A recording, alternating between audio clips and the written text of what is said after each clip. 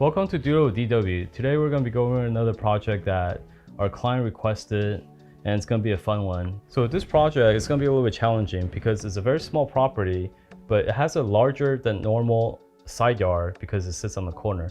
So the way we're going to do is we're going to set up our pool design first and then design the rest of the features and element on top of that.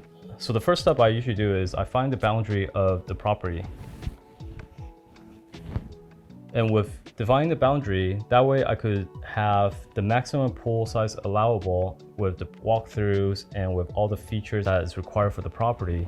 And then I go and add the details into the pool. So right when you first walk in, there's a huge set of doors. And let's say you see outside the backyard. And what I want to do is I want to create a wow focal point. So when people first come in through the front door, they see something really unique and gravitates their eye towards the backyard.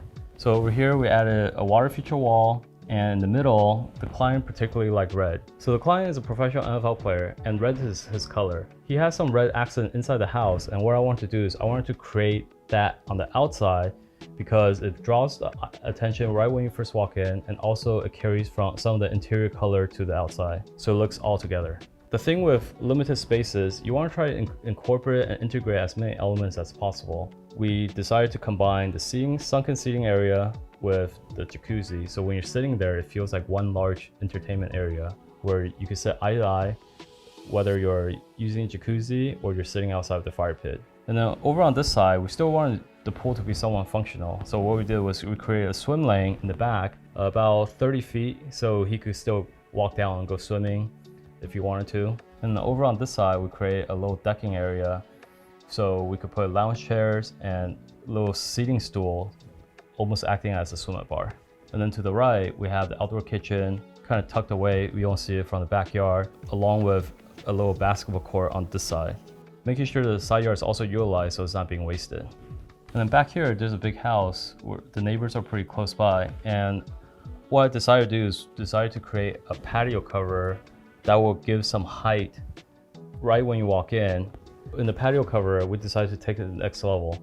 We added rain curtains on all four sides, so while you're sitting in the jacuzzi, you can actually turn it on and rain curtain will come on all four sides to give you a little more privacy. And on top of it, it creates a really nice experience because you just get so much sensual, visual, and audio experience while you're sitting in the jacuzzi.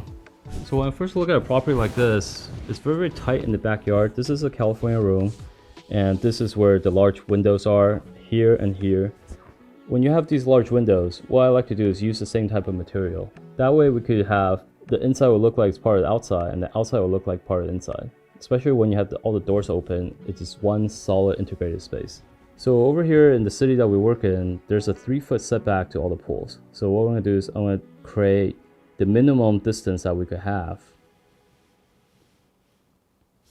Over here, line with the house. And typically, I like to allow 4 to 5 feet to walk through because you still want to be able to walk through the space. All the way around, so you can kind of see the rough shape of the pool. Then here we're gonna have the jacuzzi because this is the beginning of the bifold doors. And then over here, we still want to be able to put a swim lane.